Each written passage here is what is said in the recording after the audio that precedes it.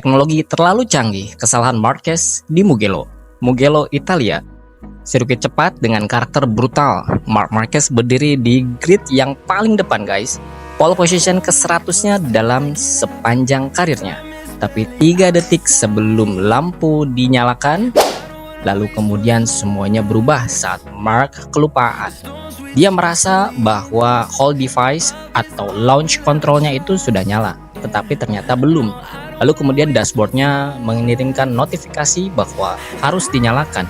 Lalu akhirnya hanya telat beberapa milidetik saja, tapi akhirnya Marc Marquez langsung merosot dari pemimpinan start menuju ke posisi 6 hanya dalam hitungan beberapa milidetik.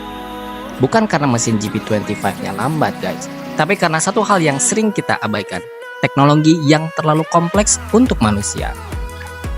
Mari kita bongkar apa itu control launch dan hold device atau hold shot and ride high device. Inilah MotoGP Deep Insight episode ke-12. Kita bongkar. Segmen 1. Apa itu hold shot dan ride high device? Di MotoGP modern, start bukan lagi sekedar buka gas dan lepas kopling. Ada yang namanya hold shot device, teknologi yang menurunkan suspensi belakang agar motor nggak wheelie saat start. Dan ada juga ride high device, yang membuat motor bisa jongkok saat keluar tikungan, mirip drag bike.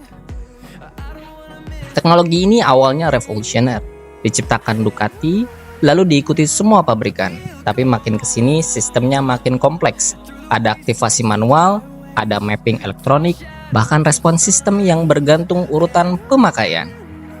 Segmen 2. Apa yang terjadi di Mugello? Kembali ke Marquez. Di Mugello kemarin, ia salah menyalakan sistem hold shot device-nya. Pertama, dinyalakan, lalu dimatikan. Kemudian dinyalakan lagi oleh tangan kanannya yang siap untuk menancap gasnya, guys. Saat motor sudah rolling dengan tangan kanan. Efeknya, sistem elektronik Ducati GP25 jadi bingung. Launch control nggak bekerja optimal, dan Marquez malah alami wheelie kecil, kehilangan traksi, dan kehilangan posisi, bahkan sampai ke posisi 8. Semua itu hanya satu momen, misunderstanding urutan pemakaian teknologi. Segmen 3. GP25, motor pintar yang tak bisa salah urut. GP25 bukan sembarang motor. Ini adalah motor dengan sistem suspensi dan elektronik paling rumit di grid saat ini. Suspensi bisa turun otomatis, mapping turtle bisa berubah tergantung mode start, bahkan respon launch control tergantung aktivasi hold shot. Marc baru semusim pakai ini. Berbeda dengan Pecco dan juga Martin di tahun lalu yang udah hafal luar kepala. Dan itulah masalahnya.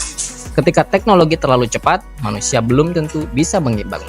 Namun dengan adaptasi yang tinggi dari Marc Marquez, ia bisa mengendalikan GP25 milik Ducati Lenovo pabrikan. Segmen 4. Pelajaran besar dari kesalahan ini. MotoGP sekarang bukan lagi pertarungan pembalap terbaik, tapi juga pertarungan siapa yang bisa berkomunikasi paling baik dengan motornya. Kesalahan Marquez bukan soal skill, tapi soal sinkronisasi antara manusia dan mesin. Dan ini menunjukkan bahwa di era teknologi seperti sekarang, bukan siapa yang paling kuat, tapi siapa yang paling adaptif. Segmen 5. Comeback dan refleksi. Yang menarik, Marquez berhasil comeback dari posisi ke-6 ke podium tertinggi. Itu sungguh luar biasa. Banyak komentar-komentar, bahkan media-media luar mengungkapkan bahwa Marc Marquez sedang main panggung di kandangnya Pecco Bagnaia. Atau bahkan ketika di tribun banyak yang menyuarakan atau menyoraki Marc Marquez karena saat itu kemungkinan Marquez hanya ingin melakukan selebrasi atau bercanda di sirkuit Mugello Italia itu.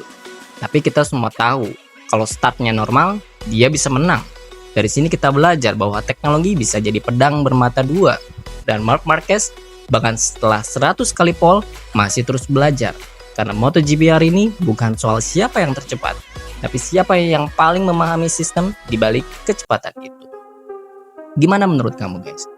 Marc Marquez keren ya mental juaranya. Nantikan segmentasi Deep Insight di episode selanjutnya. Dan jangan lupa klik like, subscribe, dan nyalakan notifikasinya karena kita akan bongkar lagi di Deep Insight di episode selanjutnya. See you in the next video.